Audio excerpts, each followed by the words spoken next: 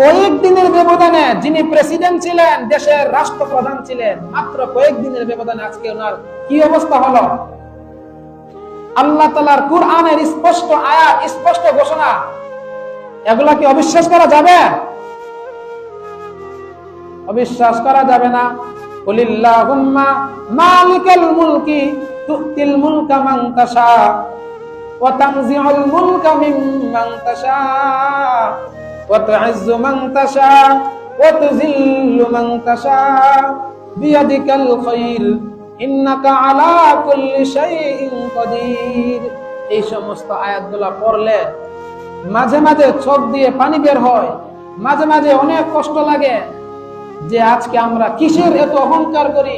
ওয়ালা তামশি ফিল আরদি মারহা, তোমরা আল্লাহর জমিনে খেয়ে আল্লাহর নিয়ামত ভোগ করে আল্লাহর সঙ্গে তোমরা নাফরমানি করো না। জমিনে